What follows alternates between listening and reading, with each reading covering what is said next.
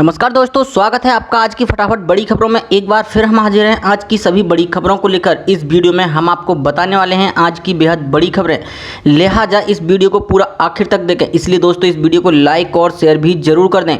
आज की बड़ी खबरों में हम आपको बताएंगे, जी हाँ दोस्तों, दिल्ली में बरसे मेघ, अगले कुछ घंटों में इन 23 जगहों पर भारी बारिश के आसार, अलर्ट जारी।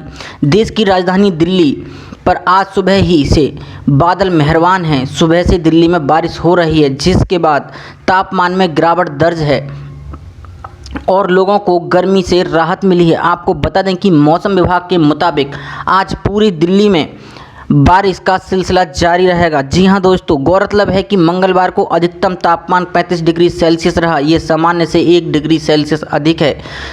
विभाग ने कहा कि दिल्ली में अगले 2 दिनों तक यूं ही बारिश होती रहेगी।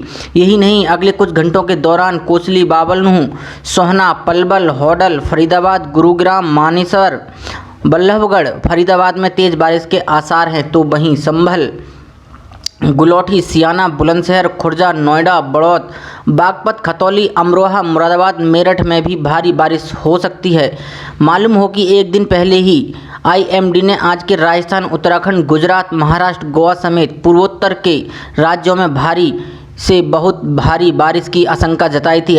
इसलिए उन्हें यहाँ अलर्ट जारी करना पड़ा। आपको बता दें कि उत्तराखंड और गुजरात में पहले से ही रेड अलर्ट जारी है, तो वहीं ओडिशा में ऑरेंज अलर्ट जारी किया गया है। मालूम हो कि राजस्थान पहले से ही मौसम की मार झेल रहा है। बीते शुक्रवार को तो यहाँ भारी बारिश की वजह से कई इलाके जलमग्न हो गए, तो कहीं भारी बारिश की वजह से 6 लोगों की मौत हो गई थी। तो वहीं बाढ़ की मार से सरेआम असम में एक बार फिर से बारिश आफत बन सकती है। तो वहीं मौसम विभाग ने 20 तारीख को मेघालय, नागालैंड, मणिपुर, मिजोरम और त्रिपुरा भारी बारिश की आशंका जताई है। तो वहीं अगले 24 घंटे के दौरान दिल्ली, गुरुग्राम, मानेसर, बिजनौर, चांदपुर के अलावा अलग अलग स्थानों पर हल्की से मध्यम तीव्रता के साथ गरज के साथ बौछारें पड़ सकती हैं। तो वहीं यूपी के आगरा, बरसाना, गढ़मुक्तेश्वर, हस्तिनापुर, खतौली, यमुनानगर, कुरुक्षेत्र, बिजनौर, चांदपुर में अगले 2 घंटे में हल्की से मध्यम तीव्रता वाली बारिश होने का अनुमान लगाया है। साथ ही बढ़ते हैं आज की एक और बड़ी खबर की ओर। कैबिनेट की अहम बैठक आज होगी। इन बड़े फैसलों पर लग सकती है मोहर। आज कैबिनेट की अहम बैठक होने जा रही है। सीसीईए की इस बैठक में शुगर सेक्टर और डिफेंस में कुछ बड़े फैसले होने के आसार हैं। पीएम मोदी की अध्यक्षता में होने वाली इस बैठक में कैबिनेट और cabinet committee on economic affairs यानी सीसीईए पर फैसला ले सकते हैं। इस बैठक में शुगर, एयरपोर्ट और डिफेंस सेक्टर में बड़े फैसले होने के आसार हैं।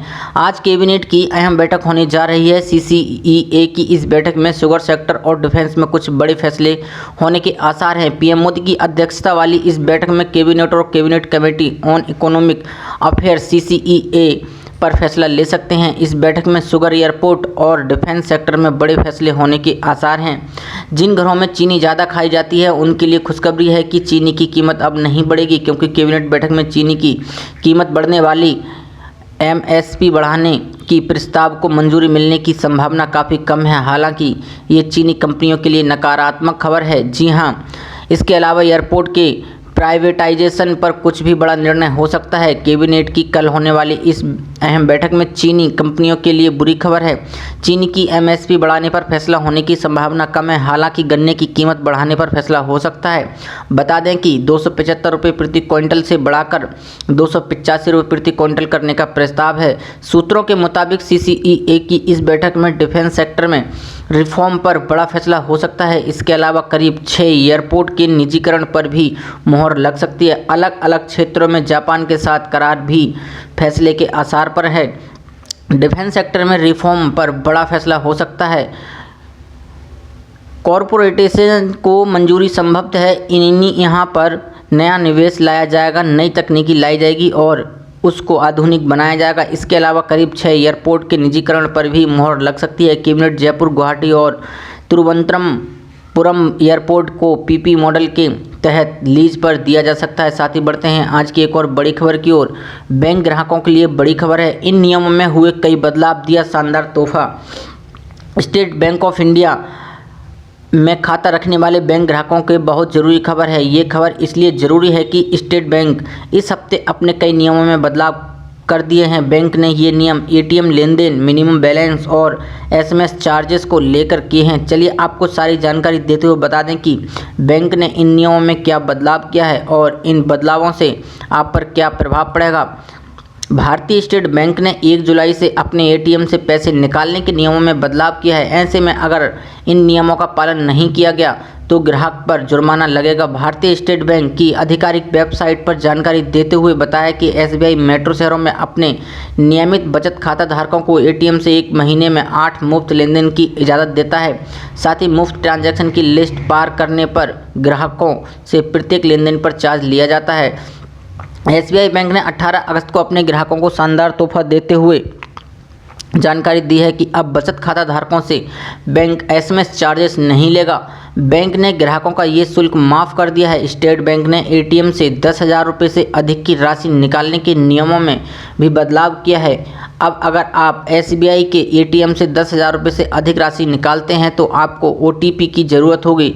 बैंक की सुविधा के तहत खाता धारकों को रात 8 बजे से लेकर सुबह 8 बजे तक एसएमएस के द्वारा ही कैश निकालने के लिए ओटीपी की ज़रूरत होगी। साथ ही एसबीआई बैंक की ये सुविधा खाता धारकों को सिर्फ एसबीआई के एटीएम में मिलेगी। अगर आप बाकी किसी दूसरे एटीएम से कैश निकालते हैं तो पहले की तरह आराम से निकाल सकते हैं, आपको किसी ओटीपी की ज़रूरत नहीं होगी। ग्राहकों के लिए एसबीआई बैंक ने बचत खाता धारकों से मासिक न्यूनतम राशि नहीं रखने पर भी किसी प्रकार का कोई शुल्क नहीं लेगा। एसबीआई के 44 करोड़ से अधिक बचत खाता धारकों को ये सुविधा मिलेगी। बैंक ने इस साल मार्च में घोषणा की थी कि वह सभी बचत बैंक खातों के लिए औसत मासिक न्यूनतम राशि रखने की अनिवार्यता समाप्त कर दी गई है। साथ ही बढ़ते हैं आज की एक और बड़ी खबर की ओर।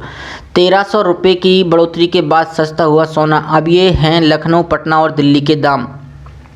पिछले 2 सत्रों में बढ़ोतरी के बाद भारतीय बाजारों में आज सोने और चांदी की कीमतें गिर गई हैं। एमसीएक्स पर अक्टूबर का सोना वायदा 0.5% गिरकर 53,313 रुपये प्रति 10 ग्राम पर पहुंच गया है, जबकि चांदी वायदा 0.8% घटकर 68,938 प्रति किलोग्राम पर आ गई है। पिछले 2 सूत्रों में सोने की कीमतें 1300 रुपये प्रति 10 ग्राम उछल गई थीं, जबकि चांदी 2100 रुपये प्रति किलोग्राम बढ़ी थी। वैश्विक बाजारों में अमेरिकी डॉलर में कमजोरी से सोने की कीमतें $2,000 प्रति औंस के स्तर पर रहीं।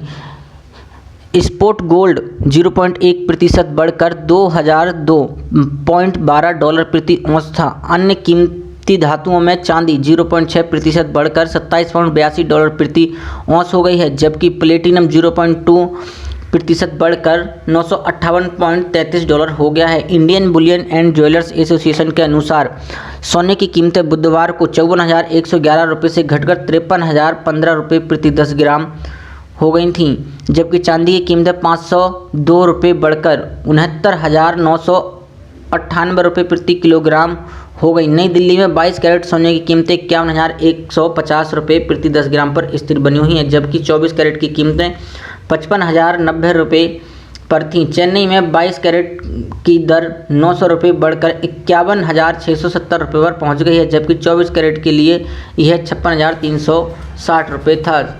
बढ़ते हैं आज की एक और बड़ी खबर की ओर। पेट्रोल डीजल की बढ़ती कीमतों से आज मिली राहत।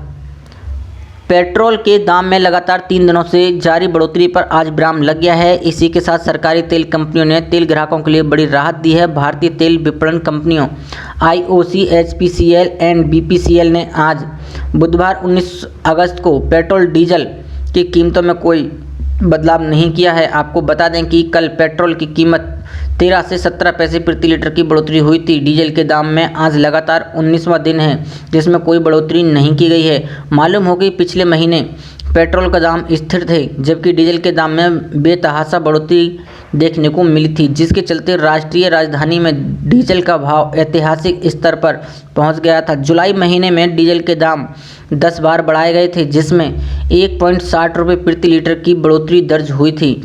फिलहाल जानते हैं आज पेट्रोल डीजल के दाम। इंडियन ऑयल की वेबसाइट के अनुसार आज देश की राजधानी दिल्ली में पेट्रोल की कीमत 80.90 रुपये प्रति लीटर हो गई है। वहीं आर्थिक राजधानी मुंबई में पेट्रोल 87.58 रुपये प्रति लीटर मिल रहा है। बात करें कोलकाता की तो यहाँ 1 लीटर पेट्रोल के लिए आपको 82.43 रुपये चुकाने होंगे, जबकि चेन्नई में पेट्रोल 83.99 रुपये प्रति लीटर में उपलब्ध होगा। साथ ही बढ़ते हैं आज की एक और बड़ी खबर की ओर। कर्मचारियों के वेतन भत्तों में 50% की कटौती, कोरोना संकट के चलते हुआ फैसला। कोरोना संकट के चलते बीते 4.5 महीने से दिल्ली मेट्रो रेल कॉरपोरेशन की सेवाएं ठप हैं।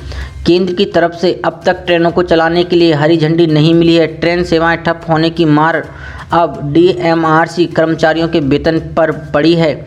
डीएमआरसी ने तय किया है कि कर्मचारियों के भत्तों और लाभ में 50% कटौती की जाएगी। डीएमआरसी ने अपने इस फैसले के पीछे रेवेन्यू में आई भारी गिरावट को वजह बताया है। डीएमआरसी की कंपनी ने एक आदेश में कहा है कि मेट्रो सेवाओं का सेवाएं चालू नहीं होने के चलते गंभीर वित्तीय हालातों को देखते हुए ये फैसला लिया गया है। डीएमआरसी ने तय किया है कि भत्तों और अन्य लाभों को 50% की कटौती इस महीने से लागू होगी।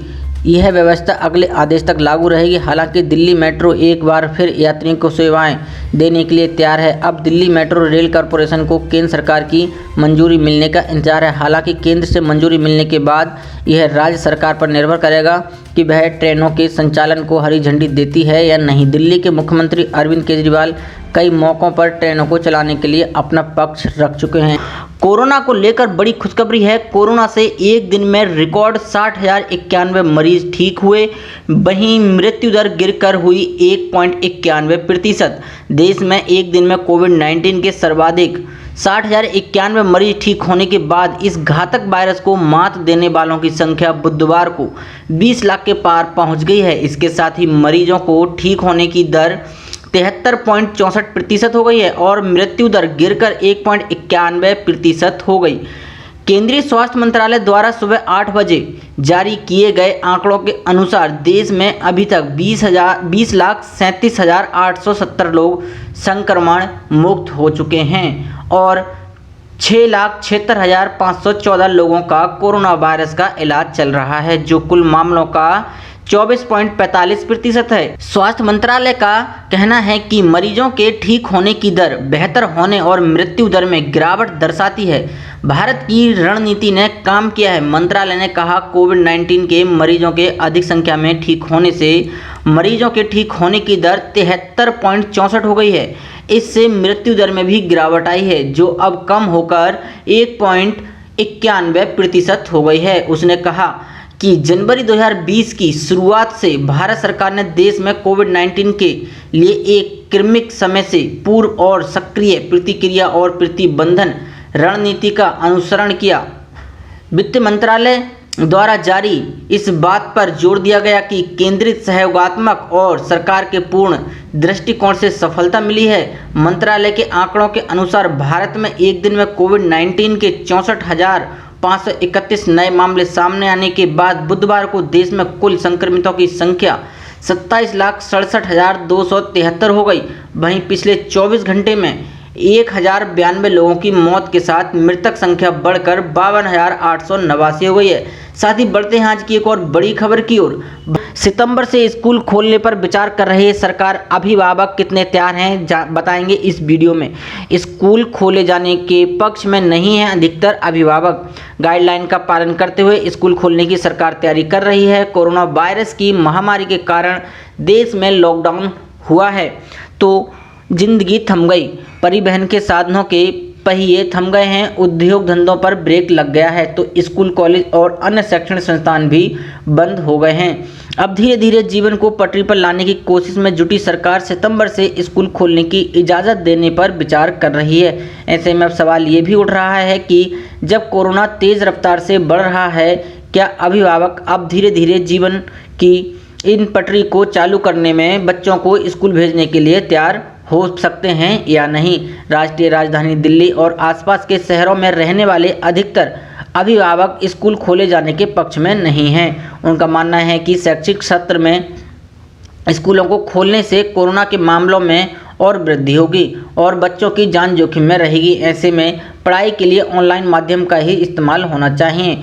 अभिभावक ऑनलाइन क्लासेस से खुश दिखाई दे रहे हैं। अभिभावकों का मानना है कि ऑनलाइन क्लासेस से बच्चों की पढ़ाई भी हो रही है और साथ ही कोरोना से सुरक्षा भी। दिल्ली के एक स्कूल में तीसरी कक्षा में पढ़ने वाली 7 साल की आराध्या चतुर्वेदी के माता पिता का कहना है कि ऑनलाइन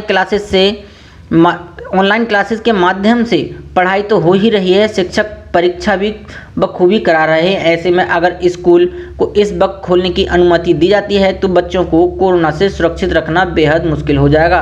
आराध्या ऑनलाइन क्लासेस में किसी तरह की कोई दिक्कत तो महसूस नहीं करती है, लेकिन वह अपने दोस्तों को मिस करती है।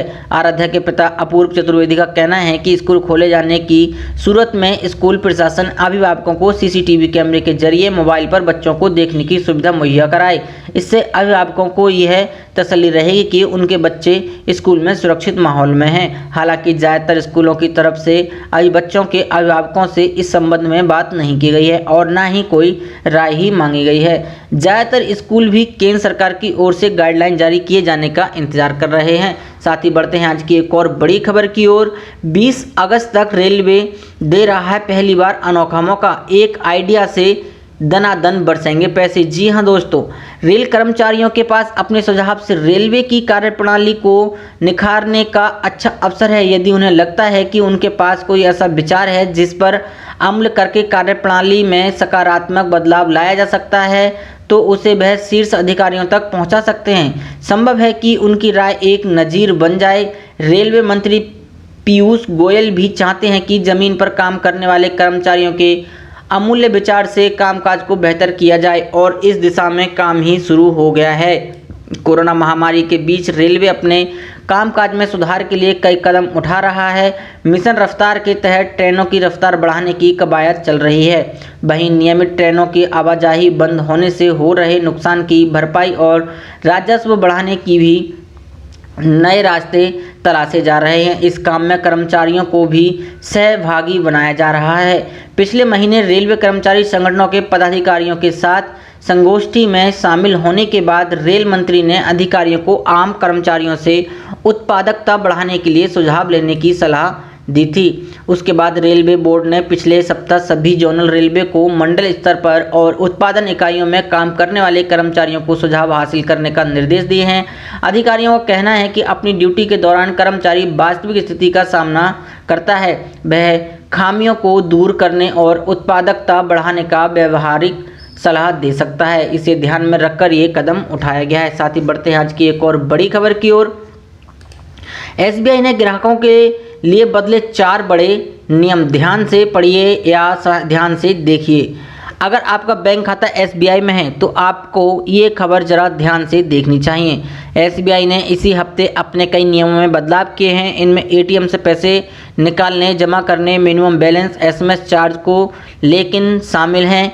आपको इन्हें ध्यान में रख लेना चाहिए, नहीं तो इसकी कीमत चुकानी पड़ सकती है। जी हाँ, अगर आपका बैंक खाता एसबीआई में है तो आपको ये खबर ज़रा ध्यान से देखनी चाहिए। एसबीआई ने इसी हफ्ते अपने कई नियमों में बदलाव किए हैं। इनमें एटीएम से पैसे निकालने, जमा करने, मिनिमम बैलेंस, एसएमएस चार्ज को लेकर नियम शामिल हैं। आपको इन्हें ध्यान से देख लेना चाहिए, नहीं तो इसकी कीमत चुकानी पड़ सकती है। एसबीआई ने 1 जुलाई से अपने एटीएम की निकासी नियमों में बदलाव किया है। अगर ये नियम का पालन नहीं किया गया तो ग्राहकों पर जुर्माना लगेगा। एसबीआई की आधिकारिक वेबसाइट sbi.co.in पर दी गई जानकारी के मुताबिक एसबीआई मेट्रो शहरों में अपने नियमित बचत खाता धारकों को एटीएम से 1 महीने में 8 मुफ्त लेन देन करने की इजाज़त देता है। इसके बाद ग्राहकों से हर ट्रांजैक्शन पर 10 रुपये प्लस जीएसटी से लेकर 20 रुपये प्लस जीएसटी का अतिरिक्त चार्ज लिया जाएगा। एसबीआई ने बचत खाता धारकों से बैंक एसएमएस चार्ज से मुक्ति दे दी है, यानी बैंक खाता धारकों को मुफ्त में ही एसएमएस अलर्ट मिला करेंगे। एसबीआई ने एटीएम से 10,000 रुपये से ज़्यादा कैश निकालने के नियमों में भी बदलाव किया है। अब अगर आप एसबीआई के एटीएम से 10,000 रुपये से ज़्यादा निकालते हैं तो आपको ओटीपी की ज़रूरत होगी। बैंक की इस सुविधा के तहत खाता धारकों को रात के 8 बजे से लेकर सुबह के 8 बजे तक एसबीआई के एटीएम से कैश निकालने के लिए ओटीपी की ज़रूरत होगी। बैंक की इस सुविधा खाता धारकों को एसबीआई के एटीएम में मिलेगी। अगर आप बाकी किसी दूसरे एटीएम से कैश निकालते हैं तो पहले की तरह आराम से निकाल सकते हैं, आपको किसी ओटीपी की ज़रूरत नहीं होगी। बढ़ते हैं अगली बड़ी खबर की ओर। केंद्रीय कर्मचारियों को बड़ी राहत मिली है। पेंशन नियम में सरकार ने किया अहम बदलाव, मिलेंगे अनेकों लाभ। नए नियम के बाद अब केंद्रीय कर्मचारियों के परिजनों को कई सुविधाएं मिलेंगी। किसी कर्मचारी का सेवा काल जितने भी समय का रहा हो, पेंशन के भुगतान में अब यह बात आड़े नहीं आएगी। जी हां, केंद्रीय कर्मचारियों के लिए खुशखबरी है। सरकार ने कर्मचारियों के लिए पेंशन नियमों में बदलाव किया है। इसके बाद अब केंद्रीय कर्मचारी की किसी भी तरह मृत्यु पर उसके आश्रितों या परिजनों को प्रोविजनल पेंशन के लिए परेशान नहीं होना पड़ेगा। सरकार ने सीसीएस पेंशन नियम 1972 के नियम 80A के अंतर्गत कुछ प्रावधानों में ढील दे दी है ताकि क्लेम करते समय समस्या न आए। सरकार के इस कदम से देश के लाखों कर्मचारियों को लाभ होगा।